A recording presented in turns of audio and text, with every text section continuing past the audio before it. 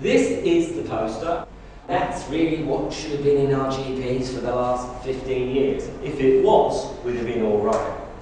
In 1999, when the World Health launched the death certification disease superbug look back classification, it ordered every health service to bring up all their blood transfusion patients and warn them. Tragically, that never happened here. It's a brilliant campaign. That campaign was translated into 120 languages within about 6 months. Kits and venues. The test kit industry, cost effective in the extreme. They cost $9.99. And then if you're positive, there's 40 quid more counselling. You cannot get a diagnosis without counselling. There are venues which haven't been used. Tattoo parlours, chemists, very useful. There's currently an interesting look with Sam Goddick for the body shop. So testing sites and testing kits. Can I ask about the global tattoo warning? Yeah, in 1999 there was a study in St Paul, Minnesota, there was a study in France, a study in Australia. All three were about tattoos. All three found that tattoos have one main problem: cross-contamination. When a doctor's busy chopping someone up, there's someone next to him and he goes swab, he goes blood, he doesn't do the wiping. Now a tattooist will basically tattoo you, wipe, tattoo, wipe, tattoo. All this is now covered with infectious subparticles. So no GP would say, I see you've got tattoos. No. So tattooists, they never got this advice about cross-contamination, correct sterilisation.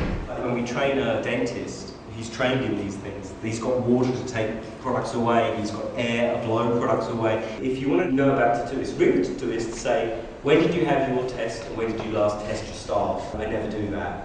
He's not able to save his life, he's certainly not able to protect yours. We've lost a whole generation to this. There's 25,000 people out there with tattoo and hep C now, minimum.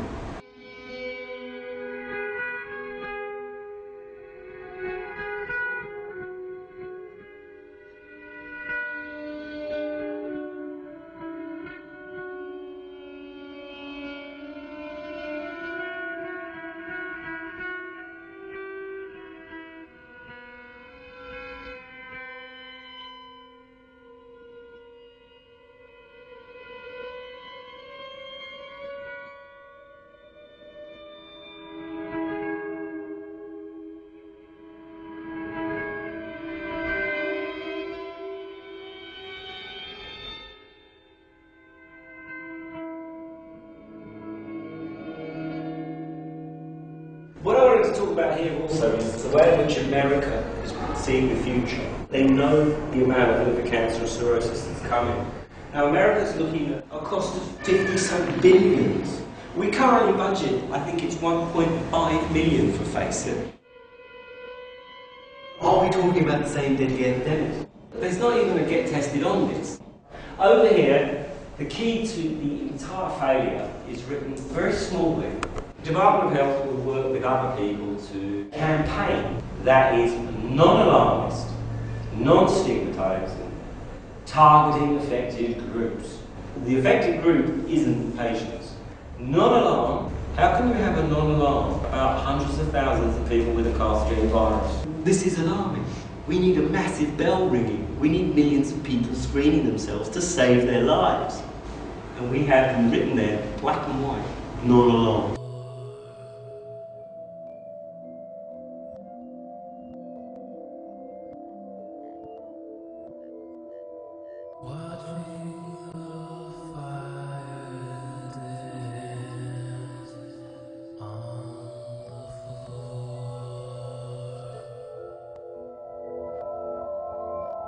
I haven't gone enough into the superbug disease classification, but my point about it is that when you call this bug a superbug, I guarantee it will get at least 20 times the funding. We just have to call it what it is.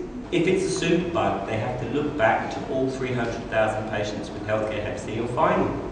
That's the edict. The responsibility is not the patient to come forward. The responsibility is the infector to find the infected. It's not a sex disease. Very important. Thank God for the Australians, because they've asked every patient every risk they might have run. They found that the 5% cohabitants that are infected, 3% of them have a different genotype, and then 1.5% history of domestic violence. You need to tell people with Hep C, you're not infectious, just your blood's infectious. And if you know about blood hygiene, you're alright. This is another thing we're chronically lacking in nationwide awareness of blood hygiene. We know used condoms are terribly infectious. We haven't realised blood's more infectious. We've got to get up to speed. We've learned about same sex. And if it doesn't start in school, we'll never get it into our heads. All over our country, we have occupations that are high risk. In America, it's known that all the emergency services double the Hep C. All the nurses are triple the Hep C of the national average. And there are many, many industries like this. Our tattooists, our beauticians, our contact sportsmen. It's funny, the IBF is one of the few places where they know exactly how often fights give you Hep C. It's about 10 rounds. And the health staff need regular screening. I'm sorry, you know, there are thousands of nurses carrying infections that are too frightened to talk about.